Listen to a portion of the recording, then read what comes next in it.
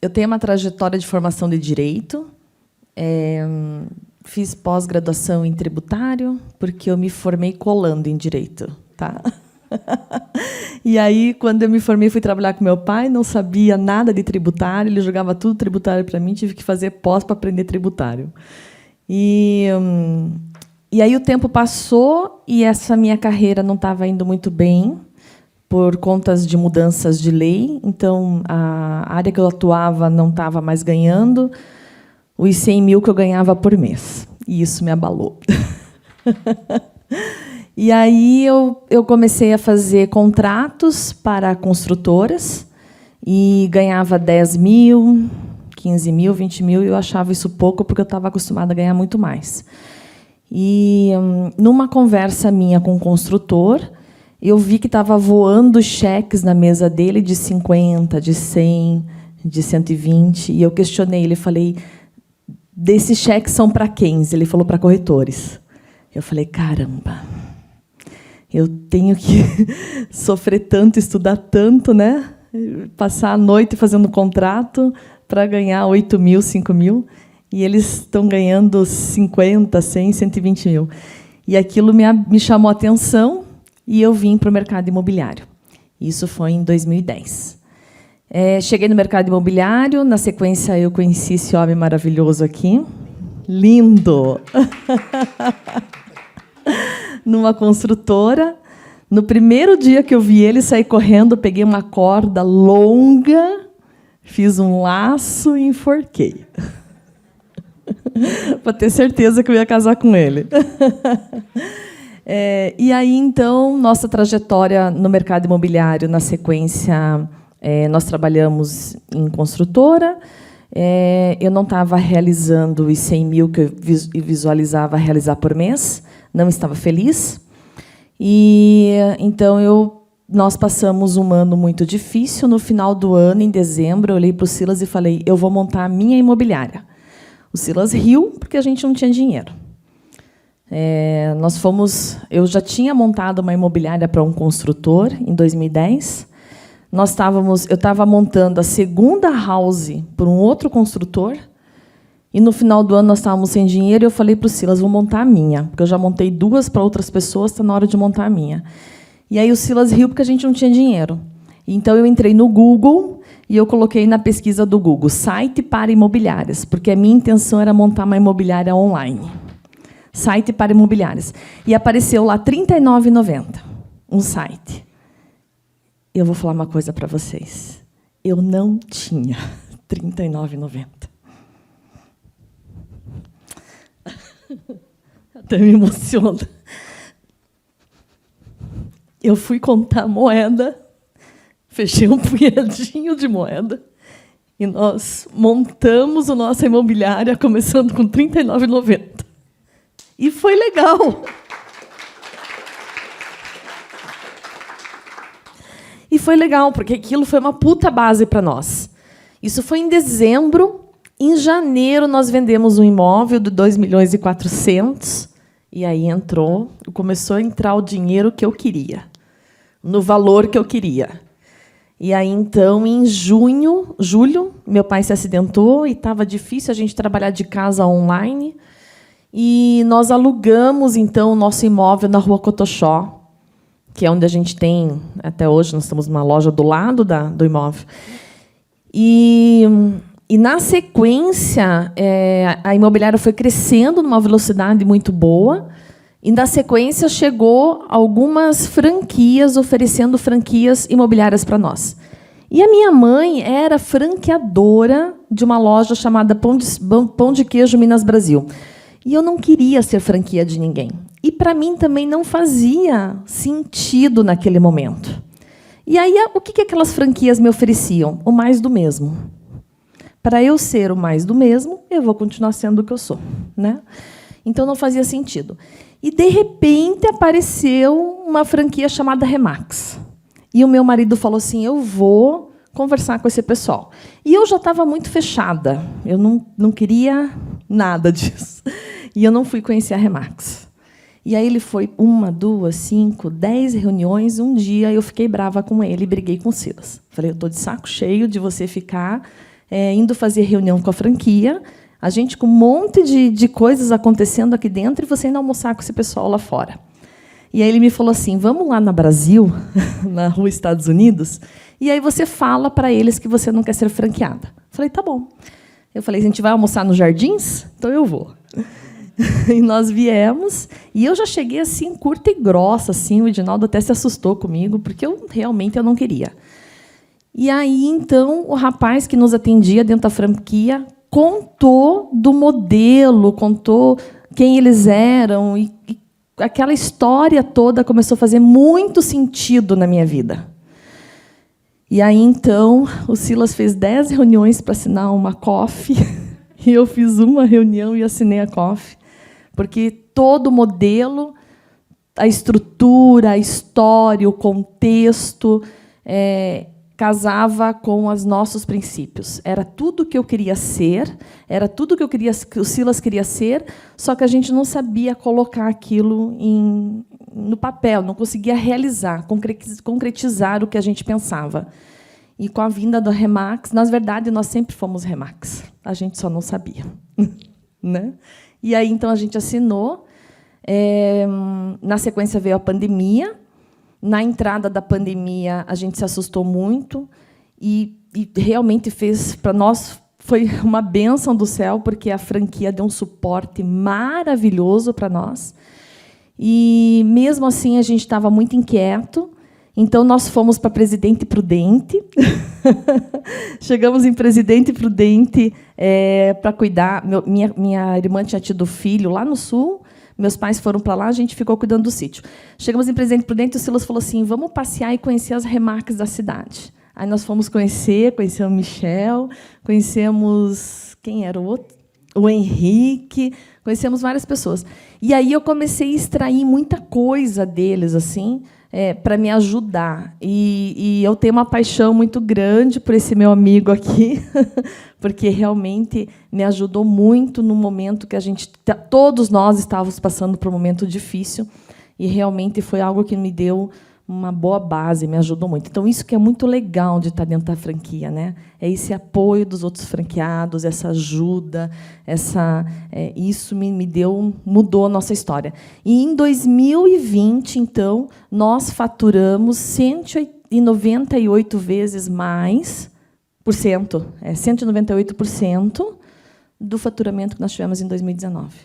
E eu sou muito grata à Remax por isso.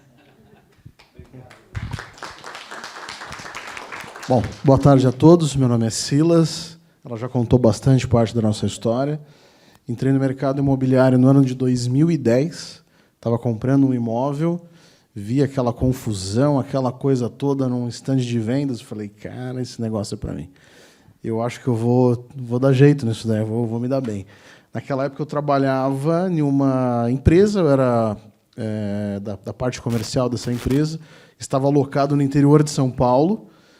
E estava ali comprando um apartamento, aquele boom de 2010, o pessoal que tem mais tempo no mercado sabe como que foi, de 2007 em diante. E eu acho que a pessoa, na ocasião ali, que foi minha gerente depois por um tempo, viu o meu brilho no olhar e falou, olha, você leva jeito, você não quer virar corretor? Eu olhei o cheque do cara que estava me atendendo e falei, puxa vida, eu não sou melhor do que ninguém, mas eu acho que tenho algumas habilidades a mais que esse rapaz aqui, eu vou me dar bem. Naquele momento, eu falei, olha, não é para mim agora, eu tenho um compromisso moral com a empresa onde eu trabalho, me dá um ano, daqui a um ano a gente conversa. E, cravados um ano, em abril de 2011, eu recebi uma ligação daquela pessoa que foi minha gerente depois de uma construtora que eu trabalhei, e ali eu iniciei no mercado imobiliário. E o mercado imobiliário é um mercado que ele transforma vidas, né? Eu lembro que, em 20 dias que eu comecei a trabalhar no mercado imobiliário, eu já estava tendo um bom rendimento financeiro. Passo o tempo, conheço a Andréia, nos aventuramos em um outro segmento do mercado imobiliário, sai do lançamento, tentamos explorar algumas outras áreas, e aqui é uma coisa que é muito interessante, né, que a gente sempre coloca para os nossos corretores no dia a dia. O corretor ele tem que ser especialista, ele tem que ser focado. Por ser um mercado de muitas possibilidades, ele desfoca um pouco o corretor. Eu me desfoquei, saí do que eu sabia fazer muito bem, quis me aventurar na área de incorporação, porque os números começam a ser muito atraentes. Ficamos um ano de 2013 investindo nisso. Fizemos uma parceria com uma outra empresa, uma incorporadora. Não fomos felizes, quebramos. O que eu ganhei em 2012, que foi um ano muito próspero para mim no mercado imobiliário. Passamos 2013, e 2013 nós quebramos, e aí depois vocês já conhecem o final da história. Eu acho muito legal a Andréa contar isso, porque na primeira reunião que eu vim aqui, nesse auditório, eu vim que nem vocês. Eu vim como convidado. Falei, vamos lá que vai ter um encontro para corretores. E eu falei, esses caras querem vender franquia, mas eu sou mais esperto do que eles.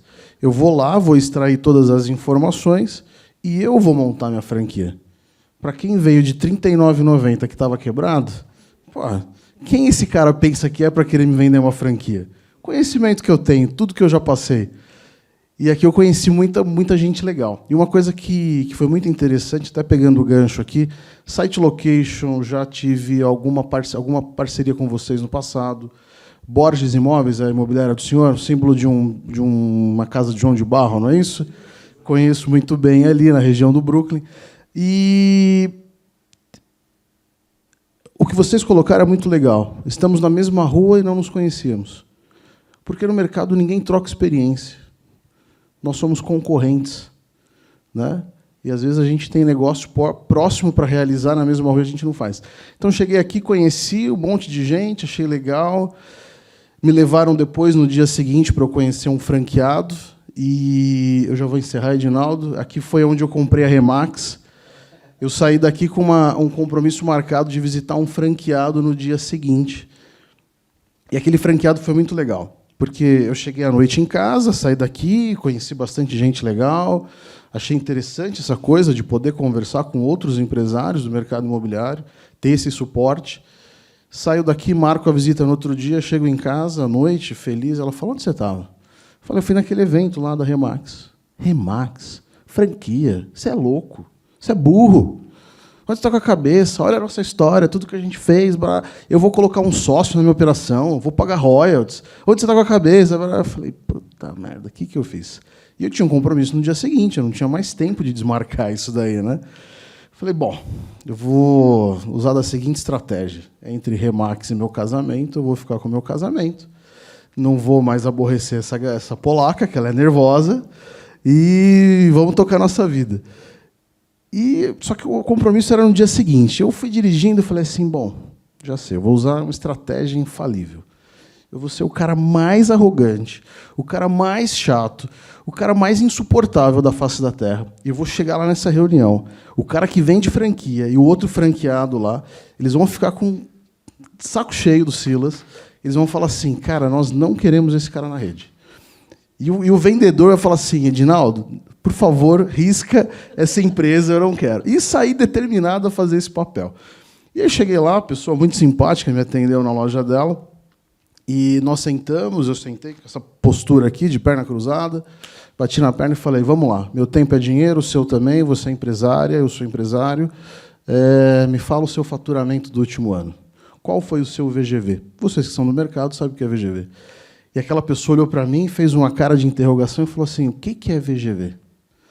Bom, por dentro eu já falei, estou falando com uma porta, né? Porque não sabe que a VGV é um termo tão comum no mercado imobiliário.